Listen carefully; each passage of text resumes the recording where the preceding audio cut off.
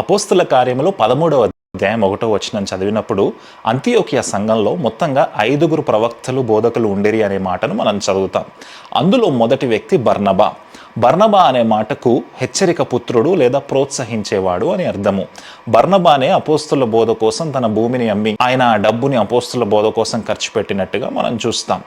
రెండో వ్యక్తి నిగేర్ అనబడిన సుమయోను.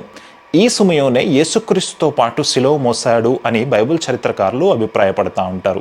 అంత మాత్రమే కాదు, నిగేర్ అనే మాటకి నల్ల జాతీయుడు అని అర్థం. అంటే సుమయోను నల్ల జాతీయుడు అని. మూడో వ్యక్తి కురేనీయుడైన లుకియాని మనము లూకా అని కూడా అనొచ్చు. అయితే పేతురు మొట్టమొదటి ప్రసంగం విని మారు మనసు పొందిన అన్యజనుల్లో ఈ లుకియా కూడా ఒకడు అని బైబిల్ చరిత్రకారులు చెప్తా ఉంటారు. నాలుగో వ్యక్తి చతుర్దాధిపతి అయిన హేరోద్తో పెరిగిన మనయేను. అంటే చతుర్దాధిపతి అయిన హేరోదు అంతిపస్ ఇంట్లో అతనితో పాటు పెరిగిన వ్యక్తి. హేరోదు మహారాజు యొక్క సొంత కొడుకైతే కాదు కానీ పెంపుడు కొడుకు అన్నమాట. ఈ హేరోదు అంతిపస్సే బాప్తిసమిచ్చి యోహాన్ను చంపాడు. అలాగే యేసుక్రీస్తు యొక్క సిలువ ట్రయల్లో హేరోదు అంతిపస్ ఉన్నట్టుగా మనం చూస్తాం. అయితే ఒకే ఇంట్లో 2 వ్యక్తులు పెరిగారు. ఒకళ్ళేమో హేరోదు అయ్యాడు, ఇంకో వ్యక్తి ఏమో మనయేను అయ్యి యేసుక్రీస్తు యొక్క అపోస్తుల్లో చేర్చబడ్డాడు. ఇక 5వ వ్యక్తే సౌలు. అతనే మనకి బాగా పరిచయం ఉన్న అపోస్తులుడైన పౌలు గారు.